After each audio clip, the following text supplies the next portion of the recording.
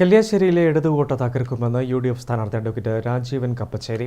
ഇത്തവണ മണ്ഡലത്തിൽ UDF ചരിത്ര വിജയം നേടുമെന്നും അദ്ദേഹം പറഞ്ഞു. പഴയങ്ങാടി വെങ്ങരയിൽ നടന്ന തെരഞ്ഞെടുപ്പ് പര്യടന ജാഥയിൽ സംസാരിക്കുകയായിരുന്നു അദ്ദേഹം. കല്യാശ്ശേരിയിൽ ഉൾപ്പെടെ വർഷങ്ങളായി ജനങ്ങളുടെ സ്വാതന്ത്ര്യം പോലും ഇല്ലാതാക്കി ആധിപത്യം സ്ഥാപിക്കുകയാണ് CPM ചെയ്യുന്നത്. ജനാധിപത്യത്തെ സംരക്ഷിക്കുന്ന പാർട്ടിയാണ് കോൺഗ്രസും UDFും. കല്യാശ്ശേരിയിൽ പല പദ്ധതികളും പാതി വഴിയിൽ നിലച്ച അവസ്ഥയാണ്. ഇതിന് ജനങ്ങൾ തെരഞ്ഞെടുപ്പിൽ ശക്തമായ മറുപടി നൽകുമെന്നും രാജീവൻ കപ്പച്ചേരി പറഞ്ഞു. ഇവിടെ ഈ കല്യാശ്ശേരിയിൽ കോടികളുടെ വികസനം നടത്തി എന്നൊക്കെ പറയുന്നുണ്ട്.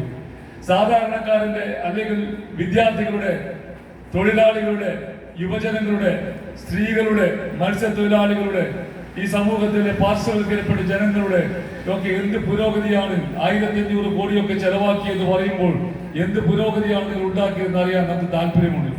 ഇവിടെ വൻകിട പാലങ്ങളും വൻകിട റോഡുകളൊക്കെ നിർമ്മിക്കാനും പലതും ചെയ്യുമ്പോൾ എല്ലാത്തിനും പിന്നിൽ ഒരു അഴിമതിയുടെ കഥകളുണ്ട്, എല്ലാത്തിനും പിന്നിൽ ഊരാളുകളുണ്ട്, അല്ലെങ്കിൽ CPMന്റെ കോർപ്പറേറ്റ് സ്ഥാപനങ്ങളുണ്ട് എന്നതാണ് യാഥാർത്ഥ്യം.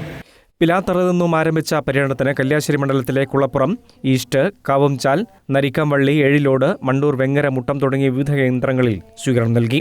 പിലാത്തറയിൽ DCC പ്രസിഡന്റ് മാർട്ടിൻ ജോർജ് ഉദ്ഘാടനം ചെയ്ത പരിപാടി വിവിധ കേന്ദ്രങ്ങളിലെ സ്വീകരണങ്ങൾക്ക് ശേഷം പുതിയങ്ങാടി ബസ് സ്റ്റാൻഡ് പരിസരത്ത് സമാപിച്ചു. News bureau, Pazhayangadi.